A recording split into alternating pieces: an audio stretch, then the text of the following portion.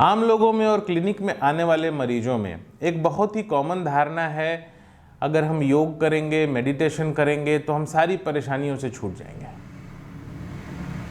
आज हम इसके बारे में जानेंगे कि इसमें कितनी सच्चाई है, इसके प्रैक्टिकल यूज़ क्या हैं और क्या क्या परेशानियां जुड़ी हुई हैं। नमस्कार, मेरा नाम डॉक्टर निशांत विभास है। मैं कंसल्टेंट साइकेट्रिस्ट हूँ और कई बार लोग आते हैं क्लिनिक में और ये पूछते हैं कि डॉक्टर साहब, मैं सोचता हूँ कि मेडिटेशन करके मैं ठीक हो जाऊँगा, तो आप बताइए कि मेडिटेशन करके कितने दिन लगेंगे। मैंने योग करना है और योग करके ठीक हो जाना है, तो ये कैसे होगा, कितने दिन लगेंगे, कितने मिनट करने होंगे। और ये कॉमनली हर पेशेंट लगभग पूछता है, घर वाले पूछते हैं, बाहर में लोग पूछते हैं कि योग और मेडिटेशन का क्या यूज़ है। सबसे पहले तो ये जानने की बात है कि योग और मेडिटेशन का डिप्रेशन, एंजाइटी और इस तरह की परेशानियों में काफ़ी अच्छा यूज़ है। कई रिसर्च हैं इस पे, साइंटिफिक रिसर्च हैं, जिनमें ये पाया गया है कि रेगुलर योग से और रेगुलर मेडिटेशन यानी ध्यान से हम बहुत सारी परेशानियों को कम कर सकते हैं, उनकी सीवियरिटी को कम कर सकते हैं। लेकिन इसके साथ जुड़े हुए कुछ मिथ्स हैं जिसके बारे में जानने की ज़रूरत है। पहली चीज़, योग या मेडिटेशन कोई शॉर्टकट नहीं होता है। ज़्यादातर लोग जो ये आते हैं उनका ये कहना होता है कि डॉक्टर साहब, हम दवा ना खाएं, हम कोई कोशिश ना करें, हम कुछ ना करें, हम योग या मेडिटेशन करके, क्योंकि उनके दिमाग में बात होती है कि योग या मेडिटेशन एक शॉर्टकट होता है। हमें 3 बार पेट फुलाना है, सांस अंदर बाहर करनी है और सब कुछ ठीक हो जाएगा। ये बात ध्यान रखें कि योग या मेडिटेशन कोई मिरेकल नहीं है, कोई जादू नहीं है।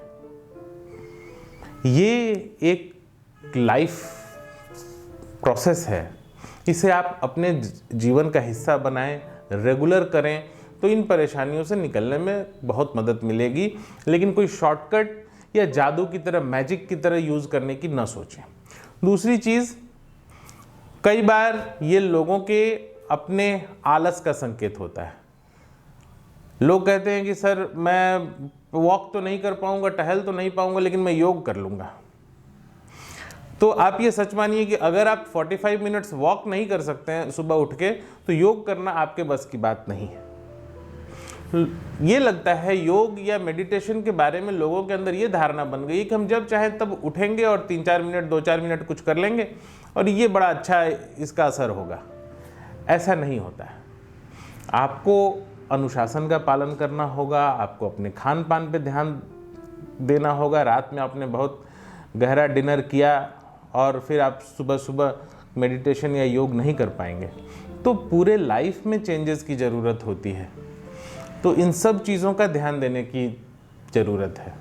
सलाह की मैं ये देना चाहूँगा कि योग या मेडिटेशन समूह में करें, जहाँ लोग पहले से कर रहे हैं, कोई क्लब है, या किसी गुरु या किसी योग टीचर के साथ करें, उनके निर्देशन में करें, तो काफ़ी अच्छे रिजल्ट्स मिलेंगे। और रेगुलर करें, लंबे समय तक करें। अगर आप रेगुलर रहेंगे तो आपको एंजाइटी, डिप्रेशन, इस तरह की समस्याओं में बहुत हद तक फ़ायदा मिलेगा।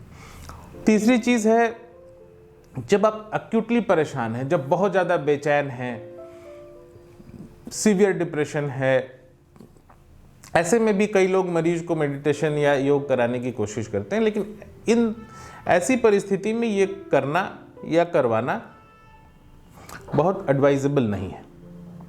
ऐसी स्थिति में कोशिश करें और चीज़ों का सहारा लेने की, जैसे फार्माकोथेरेपी, डॉक्टर से मिलना। जब थोड़ी कुछ हद तक चीज़ें संभल जाएं, कुछ ठीक हो जाएं, तब आप योग का सहारा लें और दवा की तरह सहारा न लें, उसे लाइफ का हिस्सा बनाएं। जैसे न्यूट्रिशन, खाने में और दवा में जो फ़र्क होता है, वैसे ही योग या मेडिटेशन को खाने की तरह इस्तेमाल करें, न कि दवा की तरह इस्तेमाल करें। Thank you.